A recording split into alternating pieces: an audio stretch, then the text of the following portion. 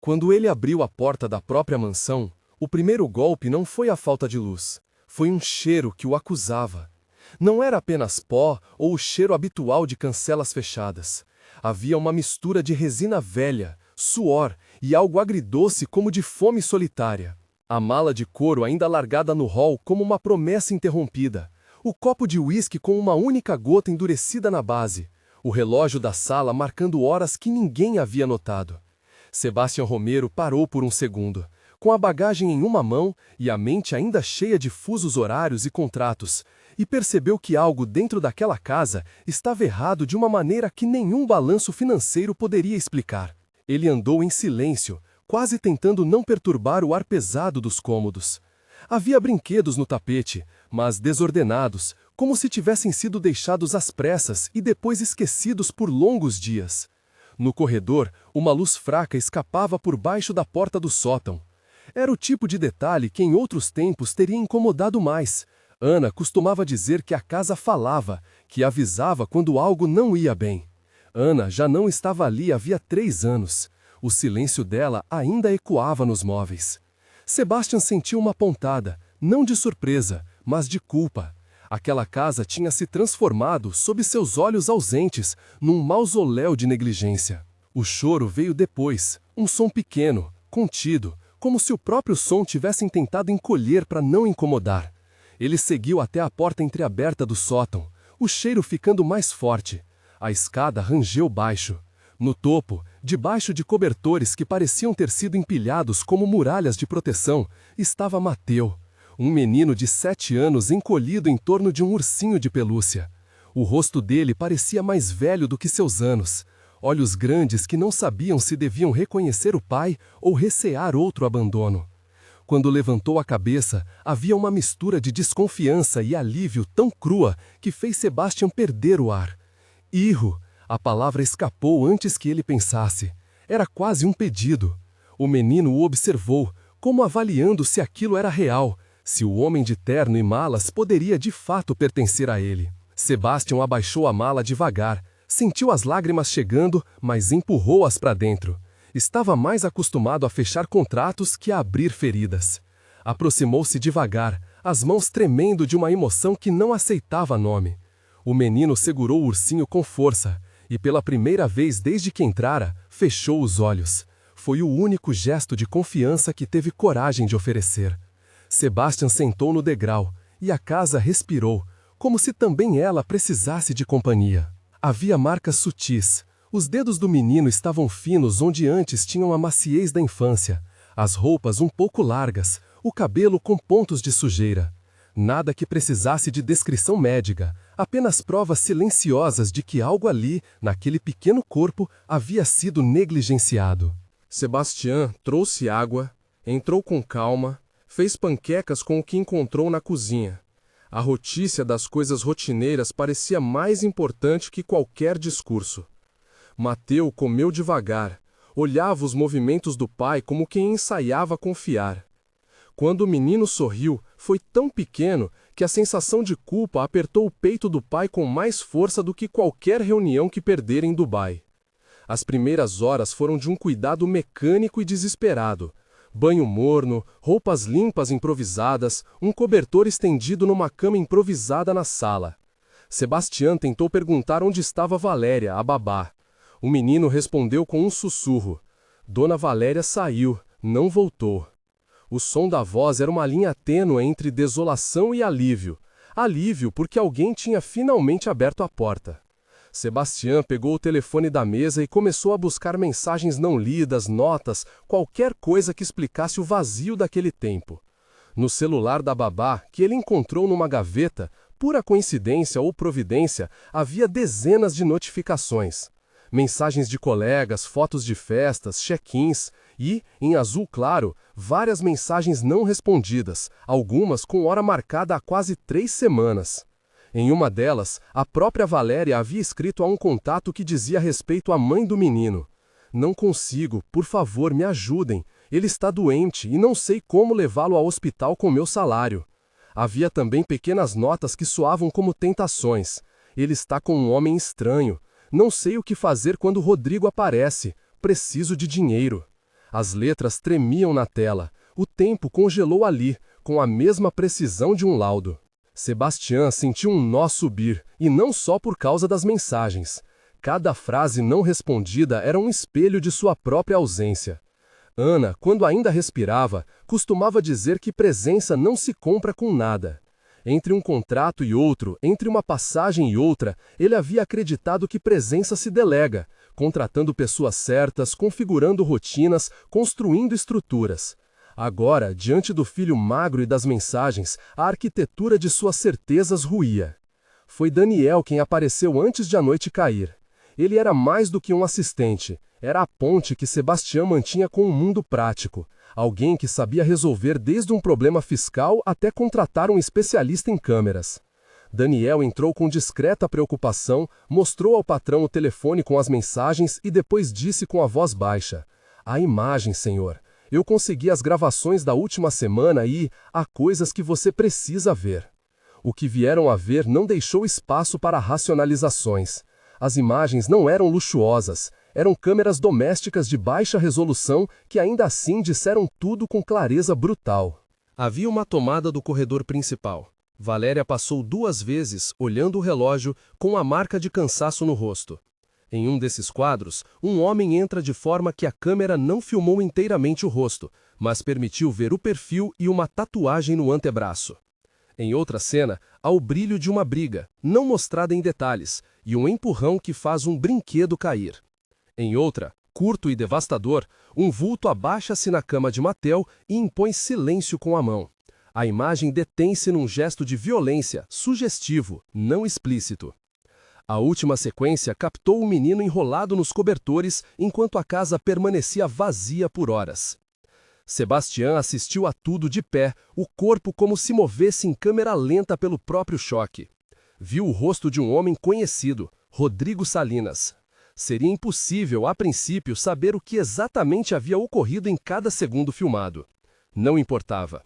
Havia aí a prova de que seu filho havia sido deixado vulnerável, que alguém havia descido por aquelas escadas e que a babá, por estranhos motivos, passou por episódios de ausência e medo. A revolta veio antes da palavra. Durante alguns minutos, Sebastião não soube se ia ao laboratório mais próximo, ao banco ou à delegacia. Tudo parecia pequeno diante do que a imagem colocava sobre a mesa. A casa que ele havia deixado para proteger Mateu havia falhado. "Eu vou atrás disso", disse, e a firmeza na voz era nova. Daniel olhou para ele e viu ali algo que não era só desejo de justiça, mas uma espécie de necessidade de resgatar o tempo perdido.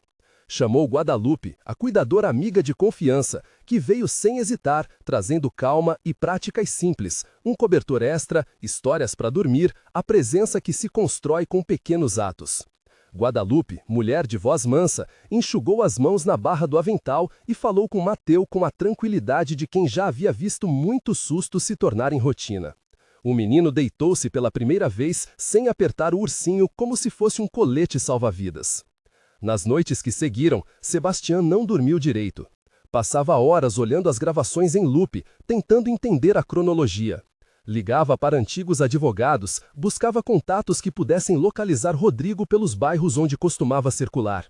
No fundo, havia um homem acostumado a controlar riscos, que descobria com horror que o maior risco de sua vida havia sido sua ausência. A culpa começou a se transformar em uma espécie de combustível perigoso. Às vezes pegava o ursinho do filho e, sem pensar, apertava-o como se pudesse espremer tempo de volta. As falas dos outros ajudavam e feriam em igual medida. Daniel, prático, montava um plano de ação, preservação de provas, cópias das imagens, contato com um advogado criminalista. Guadalupe sugeriu calma, terapia e reconstrução de rotina para o menino. Valéria, quando finalmente atendida ao telefone, chorou e se justificou com explicações que os áudios guardariam como notas de culpa. Havia bebidas, havia dívidas, havia medo.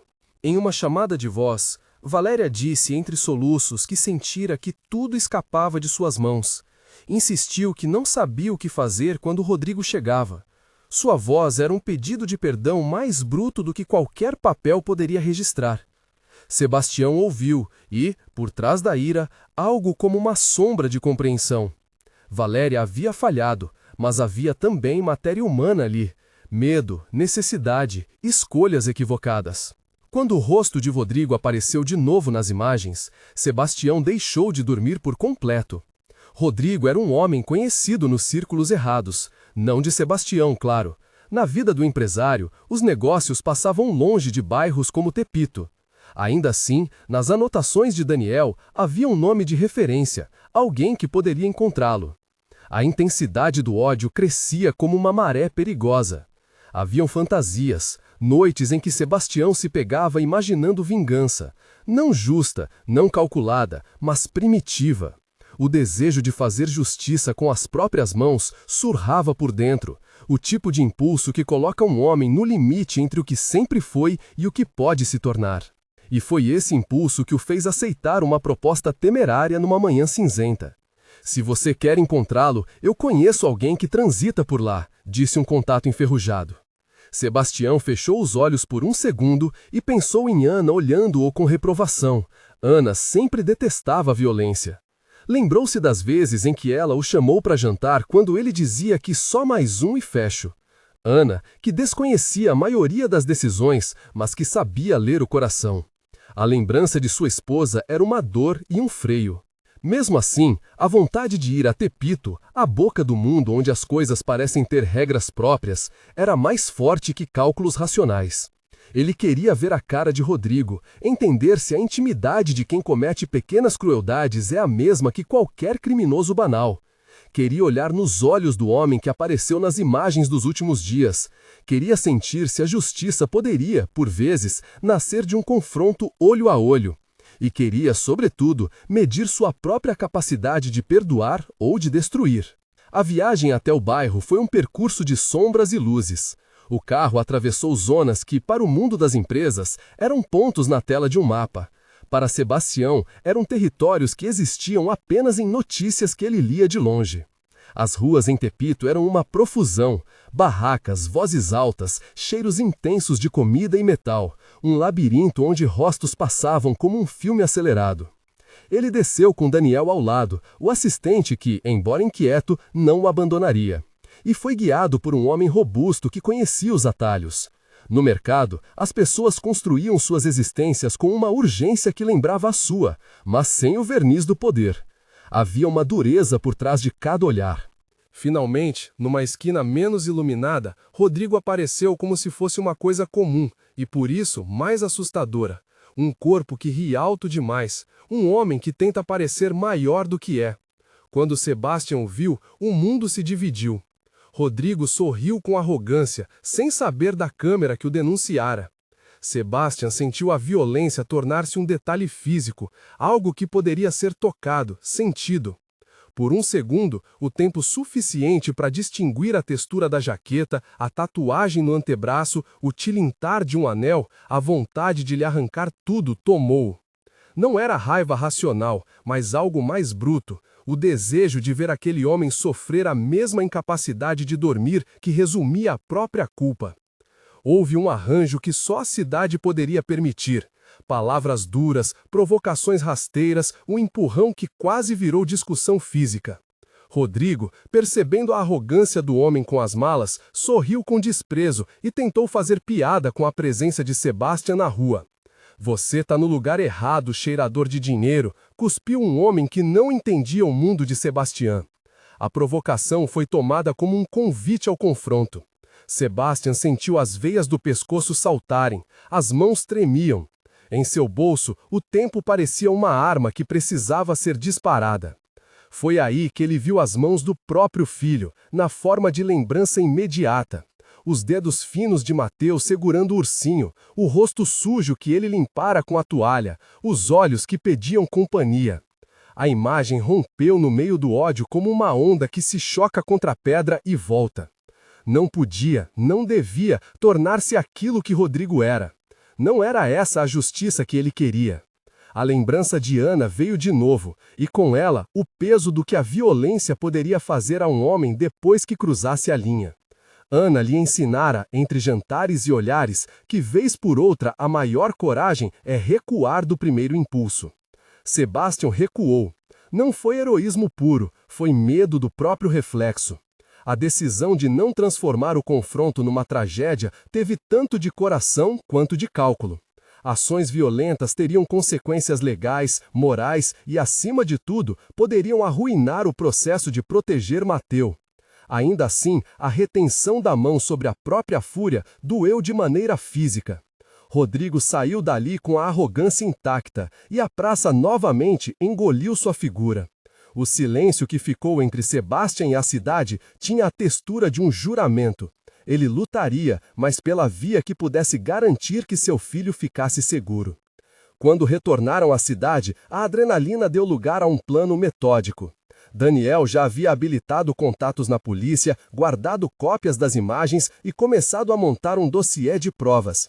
Havia ainda o caminho burocrático a percorrer, ouvir testemunhas, registrar queixas, protocolar tudo. Sebastian, pela primeira vez, sentiu-se pequeno diante da máquina administrativa que precisava executar sua vingança civilizada. Mas havia outra coisa que ele não podia resolver com atos simbólicos: a imagem de Rodrigo. A face do homem que aparecera nas imagens gerava noites insones, o desejo de vingar-se num campo onde a lei não chegava rápido o suficiente. Ainda assim, enquanto montava o processo, Sebastian começou a perceber uma verdade básica e dolorosa. A justiça, para ser plena, exigiria mais do que dor infligida ao culpado. Exigiria presença, disciplina e a capacidade de transformar culpa em ação. Vingança podia saciar o instinto por um momento. Cuidar do filho por décadas era o verdadeiro preço que estava disposto a pagar. Quando o júri figurado na cabeça dele ainda não estava formado, a vida real apertava por detalhes menores. As conversas na escola que agora vinham com olhares e perguntas. Os vizinhos que olhavam a mansão com um novo interesse, compaixão, curiosidade ou julgamento, ele não sabia. Havia também empresários que enviavam mensagens de condolências e conselhos, alguns oferecendo anonimato, outros tentando negociar silêncio. Sebastian recusou cada proposta que soasse como compra de erro. Ter dinheiro significava ter opções, decidiu, e ele usaria isso não para enterrar o problema, mas para remediá-lo. Numa tarde, enquanto preenchia formulários e esperava a primeira intimação policial, ouviu um som vindo do quarto do filho, uma risada curta, verdadeira, como de alguém que descobrira algo seguro pela primeira vez. Desceu correndo e encontrou Mateu e Guadalupe montando um castelo de cartas improvisado. O menino tinha perdido a coordenação de quando fora pequeno. Às vezes deixava cair a mão no prato, como quem ainda não sabia que poderia confiar em comida garantida.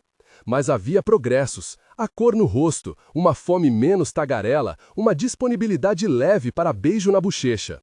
Esses pequenos triunfos começaram a formar um mapa de esperança, ainda que frágil. O plano legal começou a andar, denúncia registrada, cópias das imagens entregues, pedido de prisão preventiva baseado em indícios. O advogado falava com termos que Sebastian não amava, mas que aceitava por utilidade: prazos, provas, testemunhas. Havia também um profissional de apoio psicológico indicado para Mateu, alguém que trabalhava com crianças vítimas de negligência. Sebastian marcou a primeira sessão, mas sentia que cada passo, por mais correto, tinha a lentidão de quem costura feridas antigas. E então veio a carta anônima, deixando o nome Rodrigo em um mapa de locais seguros, um endereço e um aviso. Ele trabalha nos mercados, mas não é tolo. Se o procurar sozinho, vai se queimar. A mensagem acentuou o risco e a necessidade de estratégia. Sebastian, que via cada problema como um quebra-cabeça, percebeu que precisava transformar raiva em cálculo. Contratou pessoas para localizar Rodrigo com discrição. Precisava que a lei o alcançasse, não que a indignação pessoal o conduzisse à beira de um precipício moral. Por trás de cada movimento prático, no entanto, corria uma corrente íntima de reconstrução. Havia noites em que ele acordava e olhava o menino dormindo, e pensava em Ana e em todas as pequenas negligências que a haviam afastado. Às vezes acordava com a sensação de perda intacta, e outras vezes, raras, luminosas, sentia a claridade de algo novo, a possibilidade de ser finalmente o pai que nunca tivera tempo de ser. Mas sabia que presença não era um gesto isolado, era rotina, era falhar e recomeçar. Era mostrar-se disponível nas manhãs chatas e nas perguntinhas incômodas. e sabia, mais do que nunca, que essas escolhas exigiriam mais do que dinheiro. O primeiro capítulo da história terminou, se uma história pode de fato terminar ali, com Sebastião na varanda, olhando as luzes da cidade e pensando em como converter culpa em ato. Ele havia visto as imagens que arruinaram sua paz, sentir a face do inimigo tão viva quanto um desafeto real e quase sucumbir ao impulso de fazer justiça com as próprias mãos. Retornara, no último segundo, àquilo que havia aprendido no silêncio de Ana, que a verdadeira coragem é recusar a selvageria. Escolheu então a via mais difícil, a que exige paciência e disciplina, e também foi então que prometeu, baixinho, a si mesmo, que venderia aquilo que fosse preciso para salvar o que não tinha preço. Mas a cidade não perdoa trégua fácil. Enquanto os passos do processo se alinham e a promessa de reconstrução começa a ser posta em prática com dias de terapia, visitas ao parque e aulas de futebol, há forças que não aceitam aquilo como suficiente. Num final precipitado de tarde, quando Sebastião recebe um telefonema anônimo com uma voz que conhece um pouco demais, ele percebe que a vitrine de sua vida pública e privada agora está em choque. Há quem queira calar, quem queira lucrar com o silêncio, e há quem considere um insulto que um homem com suas posses pense que pode simplesmente desfazer erros com contas bancárias. No instante em que a linha cai e a promessa de proteção parece frágil, Sebastião entende que ainda não venceu nada. O processo legal que iniciara precisa ser protegido, o filho precisa de estabilidade, e Rodrigo ainda circunda os recantos onde a justiça pode tardar. E aqui, no olho desse furacão, ele encara a tentação mais antiga de todas, pagar o preço final para silenciar o risco, e com isso, tornar-se ele próprio um monstro. A mão que segurava o telefone tremeu. Do outro lado da linha, a cidade murmurava como sempre, indiferente. Sebastião olhou para Mateu, adormecido com a mão pequena sobre o sol do ursinho, e pela primeira vez pensou que o amor não chega em voos de primeira classe. Ele exige aterrissagens demoradas. Era hora de escolher o tipo de homem que seria para o restante da vida de seu filho. E naquele ponto exato, a respiração do mundo prendeu-se por um segundo. A decisão entre extinguir ou reconstruir estava diante dele, mais crua que qualquer balanço. A mão que segurava o telefone tremeu, a voz do outro lado da linha sumindo no ruído urbano. Sebastião olhou para o menino adormecido, a mão miúda pousada sobre o ursinho, e sentiu que a decisão tomada naquele instante definiria o resto de suas noites. Ele não compraria silêncio. Não usaria dinheiro para apagar culpa. Havia uma linha que, se cruzada, o transformaria no mesmo monstro que jurara combater.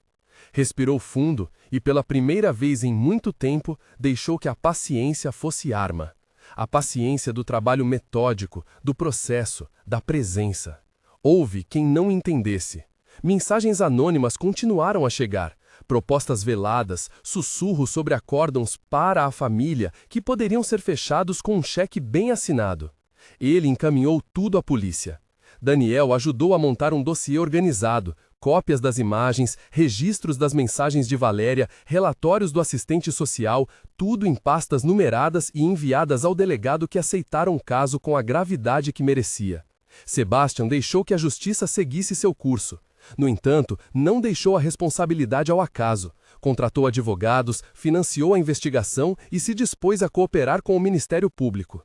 Não era só uma questão de provar, era de não repetir o erro. A captura de Rodrigo foi silenciosa, assim como precisava ser. Não houve espetáculo. Operações discretas, baseadas em informações recolhidas por quem conhece a rua, por quem transita nos mercados e nas oficinas, resultaram em uma abordagem numa manhã qualquer.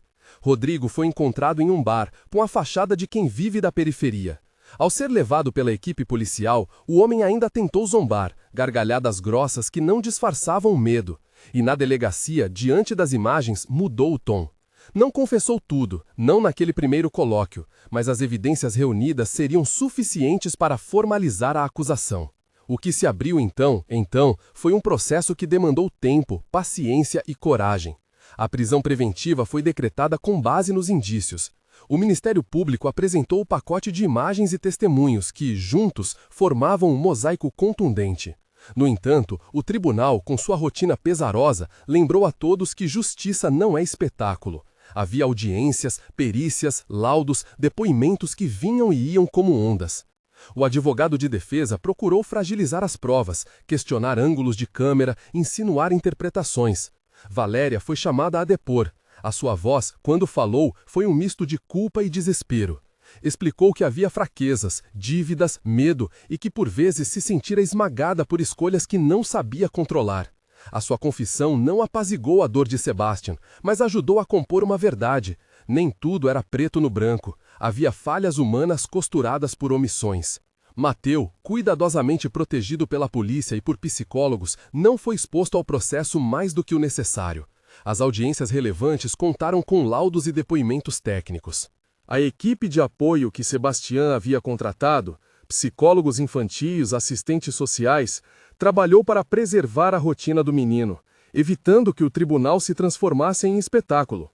Ainda assim, a cada ida ao fórum, às vezes para assinar um documento ou cumprir uma formalidade, havia um pedaço novo do passado que se recolocava no presente. A presença de seu pai, agora firme, fez diferença mais do que qualquer fala nos autos. Nas primeiras semanas, a vida de Sebastian e Mateu virou um laboratório de pequenos cuidados. A mansão foi gradualmente despojando do que restava do vazio. A mesa passou a ter cerâmicas coloridas no café da manhã, um quadro de desenhos infantis começou a ocupar a parede do corredor, e noites de histórias substituíram planilhas. Existiam tropeços. O menino acordava às 3 da manhã, assustado, e pedia por alguém que não vinha. Recusava-se a entrar em quartos escuros. Às vezes escondia o ursinho com medo de que desapareceram as mãos protetoras. Sebastian aprendeu a não interpretar cada regressão como fracasso, mas como parte do caminho. Ele esteve ali. Preparou panquecas mesmo quando o sono pesava. Leu histórias com a voz grossa de cansaço até velozmente rir de uma piada infantil. Foi ao parquinho mesmo quando a agenda sugeria uma reunião. A presença, repetida centenas de vezes, foi começando a costurar confiança. Houve também a necessidade de reconfigurar a própria vida pública.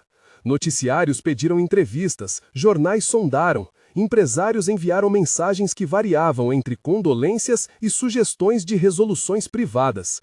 Sebastian recusou todas as tentativas de silenciar ou contornar o fato com dinheiro. Anunciou, em um comunicado sucinto, que se afastaria das funções executivas que exigiam viagens constantes. Era uma decisão que deixou executivos desconfortáveis à primeira vista, mas que explicava com clareza. Sua prioridade, dali em diante, seria a reconstrução da família. Para concretizar isso, esteve disposto a abrir mão de parcela de poder e riqueza. Fez um pacto com seus conselheiros. Venderia parte substancial de sua participação e criaria uma estrutura de governança que permitisse à empresa continuar sob liderança competente, não por fuga, mas por escolha. O mercado reagiu com curiosidade e respeito mitigado. Algumas vozes disseram que ele sumia num momento frágil, outros aplaudiram a decisão. Em casa, isso foi traduzido em ações concretas. Mudanças no calendário, redução de viagens, bloqueio de viagens não essenciais. Daniel reorganizou a agenda para que os compromissos importantes pudessem ser conduzidos por pessoas de sua confiança sem que a presença de pai fosse negligenciada novamente. Era uma transformação que causava medo e alívio em igual medida. Vender fatias de uma vida construída com tanto suor doeu mais do que esperara. Mas cada contrato assinado trouxe um alívio difuso, como se parte do preço devida fosse finalmente pago. Enquanto a vida jurídica corria seu curso, o trabalho de cura começou. Lento, às vezes doloroso. Mateu foi atendido por uma terapeuta infantil com experiência em vínculos interrompidos. As sessões eram inicialmente rígidas, cheias de silêncio. O menino desenhava, amassava papéis, jogava peças de jogo sem concluir as tarefas. Aos poucos, depoimentos de profissionais começaram a apontar sinais de progresso. Noites com menos despertares, aumento do apetite, uma redução nos comportamentos de hipervigilância. Guadalupe, constante e paciente, foi a âncora nos dias em que a terapia parecia não produzir efeito. Ela contava histórias simples, ensinava rituais de sono, trazia calor à rotina. E era nesses súbitos pontos de normalidade, um banho tranquilo, um abraço demorado, que Sebastião sentia que estava fazendo algo certo. Houve também espaço para desajustes. Em alguns fins de semana, o menino recusava visitas a amigos. Outras vezes, respondia com explosões de raiva a pequenas frustrações. Sebastião aprendeu a não tomar como pessoal. Procurou apoio, participou de grupos de pais, leu sobre vínculos e, sobretudo, foi paciente com o próprio processo de reconhecer erros. A culpa era uma companhia constante, mas ele a usou para gerar ação, não para se afogar. A tarefa diária de ser pai tornou-se um trabalho com planejamento e de consciência. Refeições, presença escolar, conversas sobre o dia, consultas com profissionais. O processo criminal avançou. No tribunal, a exposição de Rodrigo foi contida, técnica e inequívoca. As imagens, sem apelar para detalhes crus, mostraram ocasiões em que o menino fora deixado sem supervisão e situações em que um adulto de aspecto conhecido se aproximara de forma inadequada.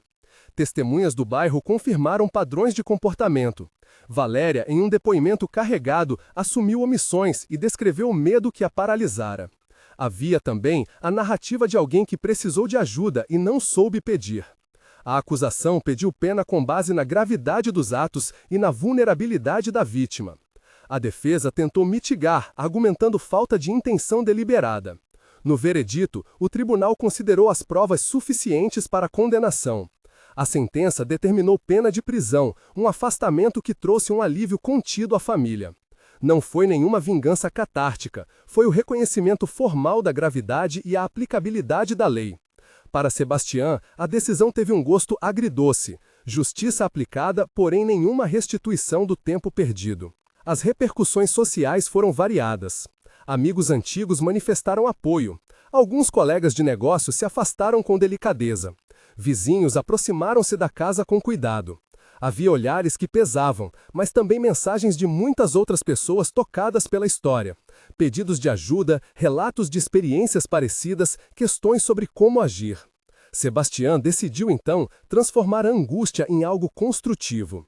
Com Daniel e Guadalupe, começou a idealizar um projeto que reunisse prevenção, acolhimento e formação. Uma organização que ajudaria famílias em risco, capacitasse cuidadores e oferecesse suporte psicológico a crianças vulneráveis. Nasceu ali, em conversas noturnas, a semente de uma fundação com um nome simples e direto de Presença. Um projeto que tinha como princípio central aquilo que ele aprendera do seu próprio erro. A presença intencional é a melhor prevenção. A criação da fundação foi lenta e cuidadosa. Ele não quis que fosse mera fachada filantrópica. Convidou especialistas, assistentes sociais e buscou parcerias com ONGs já atuantes. Financiou espaços de acolhimento, centros de formação para cuidadores, linhas de apoio.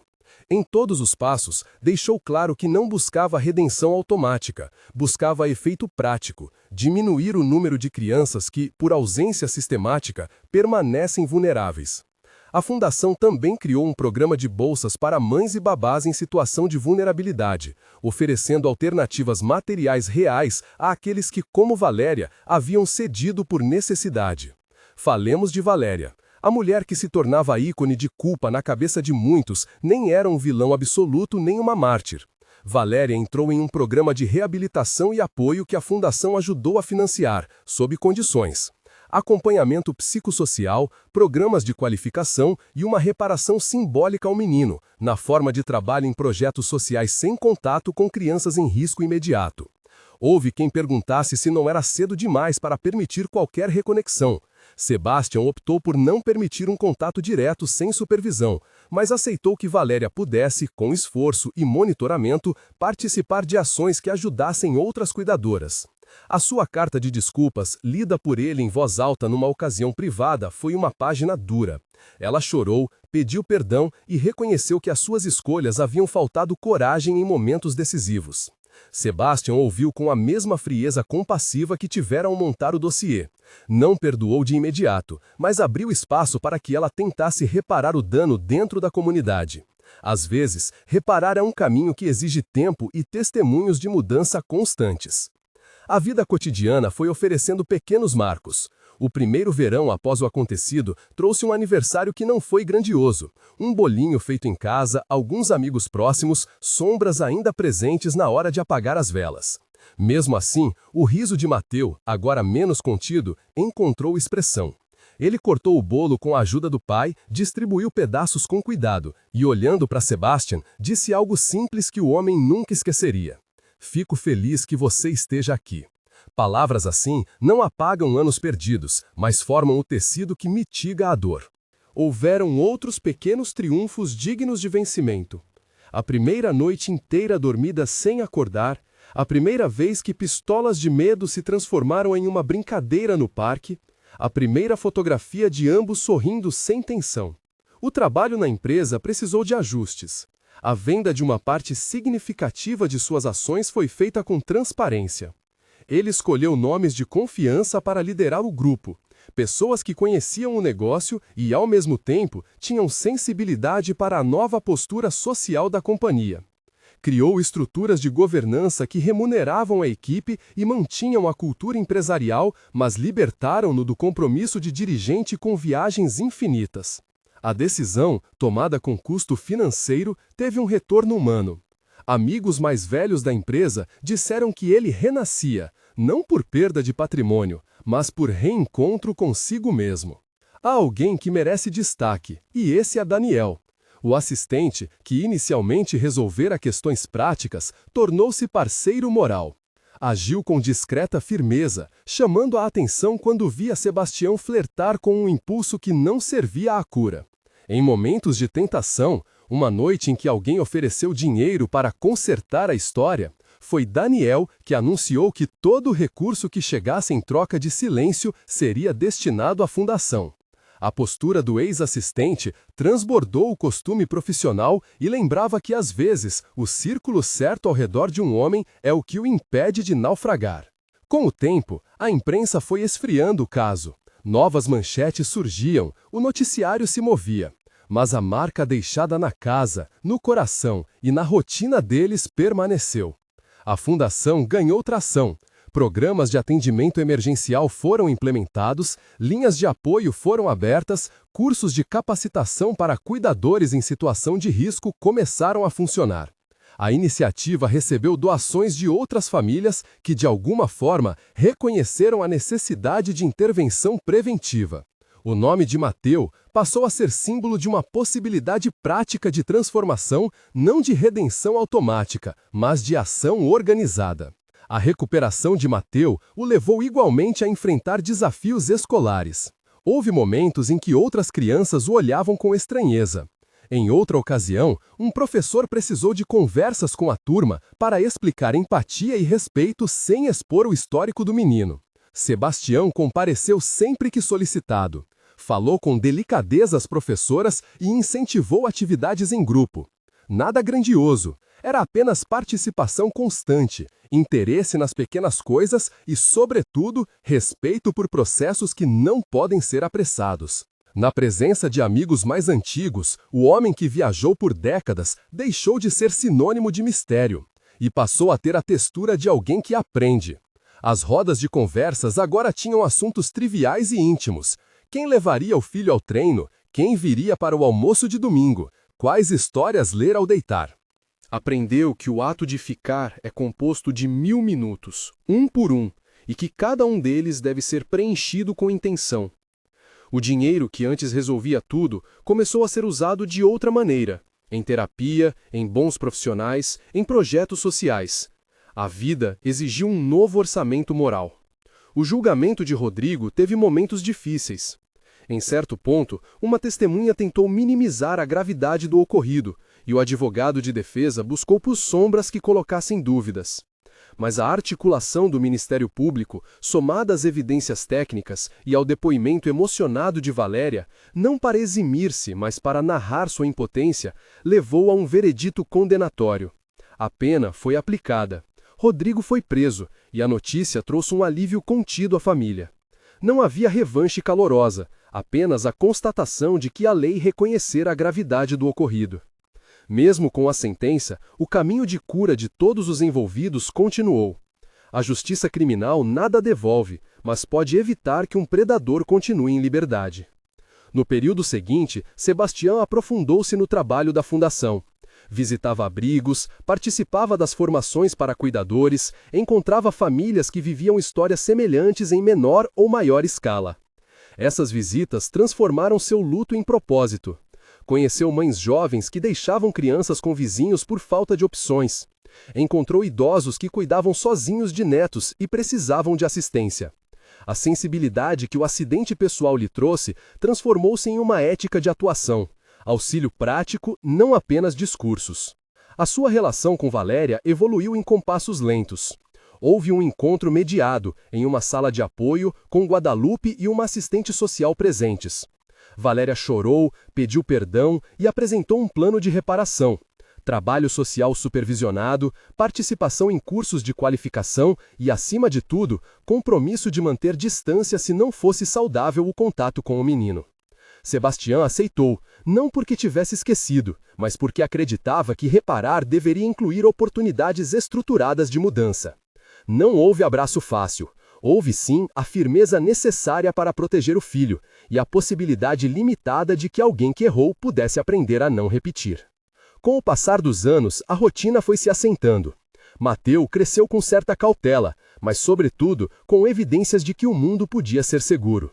A terapia continuou por meses, depois por anos, mas com a diminuição progressiva das sessões intensivas. A escola apresentou sinais de recuperação social. Colegas que o convidavam para festas, professores que comentavam sua melhora em concentração. Sebastião, por sua vez, aprendeu a não medir sua paternidade em grandiosidade, mas em repetição. Estar na consulta médica, ir ao teatro escolar, fazer panquecas em manhãs frias. Pequenas coisas que, membra por membra, recompunham um vínculo há muito despedaçado. Um episódio que ficou para sempre na memória foi o primeiro aniversário em que Mateu pôde convidar amigos e dormir na casa do pai sem sobressaltos. Não foi nada espetacular, uma festa caseira, bolo de chocolate, algumas bolas e risos que não vinham como sinal de alarme. Havia, pela primeira vez em anos, a sensação de que uma criança, este menino, tinha um futuro menos atrelado à fragilidade do passado. Sebastião chorou de forma contida, não para apagar o passado, mas porque, naquele momento, contemplava o resultado de dias em que decidiu estar presente. A Fundação Presença também floresceu de maneira prática. Criou um programa de resposta rápida para casos de negligência com equipes que atuavam em parceria com o Serviço Social Municipal, ofereceu treinamentos e bolsas que diminuíam a chance de cuidadores sucumbirem à necessidade, organizou uma rede de apoio que permitia intervenção precoce. O foco não era sanha por punição, mas prevenção por meios concretos, renda, capacitação, suporte psicológico. Para Sebastião, ver crianças sendo atendidas, ver mães recebendo orientação que antes lhes fora negada, era algo que correspondia ao novo uso que dava ao próprio erro. O tempo, claro, não apagou tudo. Houveram datas que ainda cortavam, o aniversário de Ana, lembranças de jantares vazios, dias onde a saudade insistia. Ele foi à missa, não em busca de milagre, mas por pertença. Conversou com amigos que o sustentaram nos dias de maior angústia. Aprendeu a falar sobre sua falha sem se esconder atrás de justificativas. A humildade virou ferramenta e não só sentimento. E foi essa humildade que lhe permitiu olhar para fora e às vezes pedir desculpas não só por palavras, mas por ações. A abertura de vagas na fundação, o financiamento de pesquisa sobre prevenção da negligência, o patrocínio de cursos para cuidadores. Em um dos aniversários mais simples, na varanda de uma casa pequena que agora ocupavam, Sebastião e Mateu olharam as estrelas. Não era a mansão iluminada que outrora chamara a atenção, mas uma casa com luzes suaves, quadros de desenhos infantis e a presença concreta de quem sobrava para cuidar. Mateu deitou a cabeça no braço do pai e, com a candura própria de quem confia, perguntou se poderiam fazer um piquenique no parque no dia seguinte. Sebastião, sorrindo, respondeu que sim, e prometeu que dali em diante faria desses pequenos compromissos sua prioridade. Ao fim, a transformação não foi mágica. Não há final que possa apagar tudo. Houveram dias de frustração, recaídas de medo, lembranças que retornavam sem convite. Mas a mudança maior foi estrutural. Sebastião trocou o atalho da fuga por uma estrada de reconstrução. Vendeu, reorganizou, investiu e trabalhou. A justiça teve seu papel, a terapia teve o seu, o trabalho social também. E juntos produziram algo concreto. Um menino que aprendeu a dormir sem sustos, um pai que aprendeu a estar e a ouvir, uma comunidade com mais ferramentas para intervir. Ao fim, a transformação não foi mágica. Não há final que possa apagar tudo. Houveram dias de frustração, recaídas de medo, lembranças que retornavam sem convite. Mas a mudança maior foi estrutural. Sebastião trocou o atalho da fuga por uma estrada de reconstrução. Vendeu, organizou, investiu e trabalhou. A justiça teve seu papel, a terapia teve o seu, o trabalho social também. E juntos produziram algo concreto. Um menino que aprendeu a dormir sem sustos, um pai que aprendeu a estar e a ouvir, uma comunidade com mais ferramentas para intervir. A história se encerra, e talvez não se feche de vez, porque recuperação é processo, com imagens que contrastam fortemente com a primeira cena. Agora, na manhã, há uma pia com pratos de café coloridos, um ursinho lavado em cima da máquina de lavar, um par de tênis no corredor que sinaliza uma ida ao parque. Sebastian observa o filho correr, sujar os joelhos e rir de uma piada sem razão que só crianças entendem. Uma carta enviada por Valéria, anotada e guardada, descreve o trabalho que ela vem fazendo nas oficinas de cuidadores. A humildade nas linhas e um pedido de que a família siga em frente. Não é um perdão automático, é uma narrativa de aprendizado. Do lado de fora, a Fundação procura outras famílias que precisam da chance de uma presença real. Dentro de casa, a vida prossegue com imperfeições, que agora são enfrentadas com consistência. O homem que outrora acreditou que poder e viagens poderiam comprar tudo, aprendeu que a maior riqueza é o tempo dedicado a quem depende de você. No céu da noite, pai e filho olham as estrelas e compreendem, juntos, que construções humanas se desfazem, mas que a presença renovada pode erguer lares mais seguros. A verdade o destruiu, no sentido de demolir o que se havia erguido sobre a ausência, e dessa destruição nasceu a chance de reconstruir algo que valia para sempre. Se esta história tocou você, compartilhe com alguém que precisa lembrar que presença é prioridade. E se puder, inscreva-se para ouvir mais relatos que mostram que mudar é possível, mas exige coragem, tempo e ação.